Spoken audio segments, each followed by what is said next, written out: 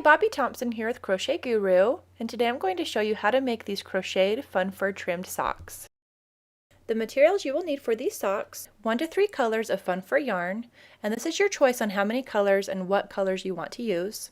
I am using Lion brand, and the fun fur is very similar to eyelash yarn, so if you want to use the eyelash yarn instead, go for it. Now you'll also need a pair of ribbed bobby socks, and those are the kind of socks that fold over.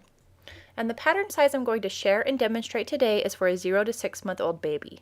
But if you want to make the socks for an older baby or child, just make sure to add more stitches. Now you will also need a size F5 hook, a yarn needle, and some scissors. In this tutorial I'm going to use 2 different colors to make my trim, and the first color I'm going to use is called lime, and the second color is called raspberry. Here are a few examples of fun fur socks that I have made. Now I personally have used up to 3 colors of fun fur on my socks, using 1 color per row, and I'm sure that you can use as many colors as you like, but just remember that the smaller the sock, the more colors or rows that you have, the less the sock will be visible. Here's an important note before we get started. Remember to open the sock fold and keep the sock turned right side out. Okay, so the type of sock I want you to use is a ribbed bobby sock. And the first thing I want you to do is open up the sock's fold and make sure it is right side out.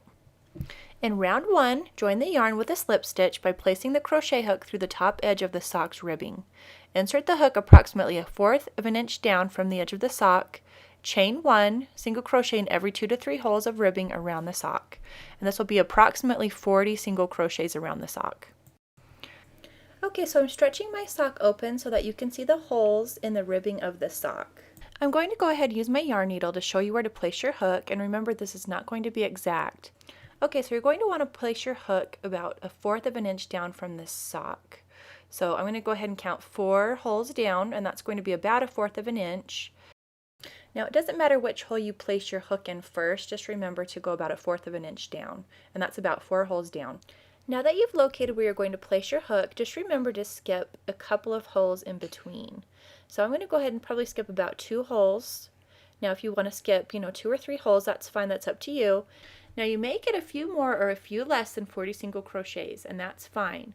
Just remember that you don't want to single crochet your fun fur too far apart, or your sock will end up being too tight.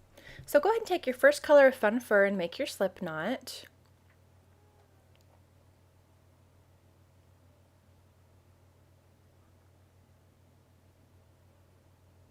Grab your sock, remember to pull it open so that way you can see the holes in the ribbing. Go ahead and count about 4 holes down and insert your hook into the 4th hole. After you insert your hook into the sock, yarn over the hook and pull the yarn through both the sock and the slip knot.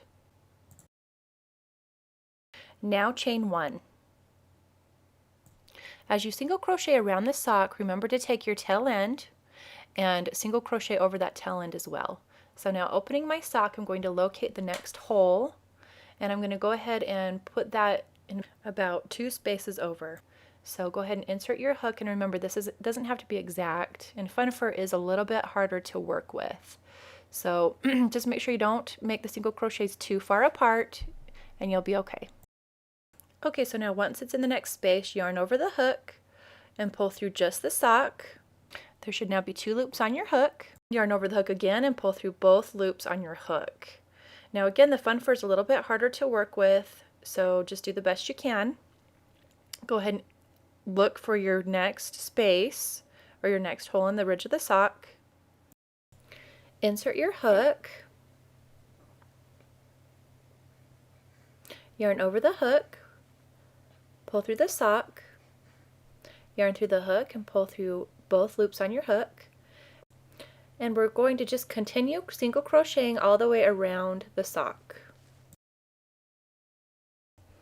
Okay, so I'm going to just demonstrate this one more time, and then I think you'll probably pretty much get the rest.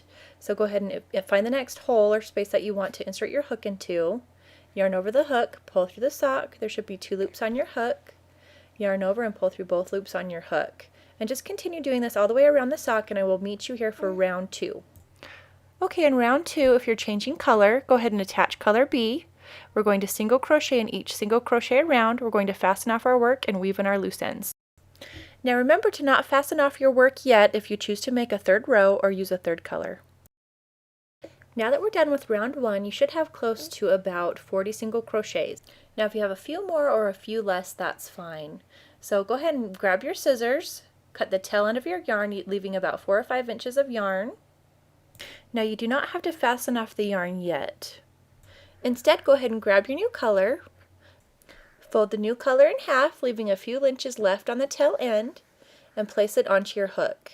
Now pull the new color through the last color's loop on your hook, and pull both of the tail ends tightly. Now go ahead and chain 1. Now crocheting with fun fur, especially on this next row, is going to be more difficult. So instead of just looking for the next single crochet space, you may have to use your fingers to feel where it's located. Now you may end up missing a couple of single crochets from the first row, and that happens, so don't worry too much because it won't even be noticeable. Now another thing to keep in mind is that you can either crochet over your tail ends or just weave them in later with a yarn needle, and I'll show you how to do that later. Okay, so when you locate the next single crochet space, go ahead and insert your hook. Now yarn over your hook and pull through the stitch. There should be 2 loops on your hook. Yarn over again and pull through both loops on your hook. So go ahead and fill for the next single crochet space.